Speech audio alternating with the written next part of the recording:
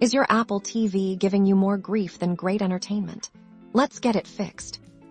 First things first, let's tackle the most common culprit: your network.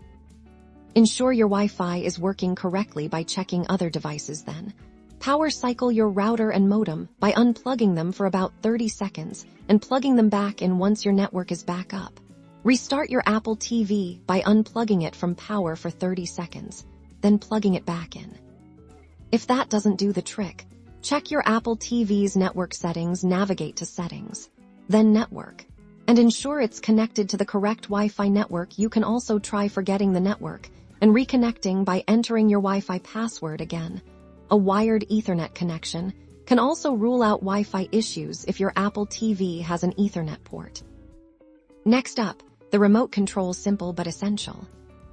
First, check the batteries, replace them with fresh ones if they're low. If you're using the Siri remote, try unpairing and repairing it. Go to Settings, then Remotes and Devices, then Bluetooth, and remove the remote. After a moment, hold down the menu and TV buttons simultaneously on the remote until you see it reappear in the Bluetooth list and select it. Software glitches can also be a headache. Keep your Apple TV's software up to date. Head to Settings, then System, and select Software Updates if an update is available. Install it sometimes.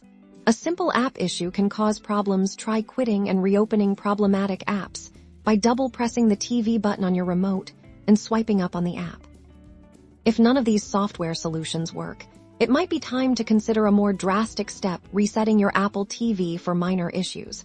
Try resetting network settings, then System, then Reset, and select Reset Network Settings for a full reset. Navigate to Settings, then System, then Reset, and choose Reset.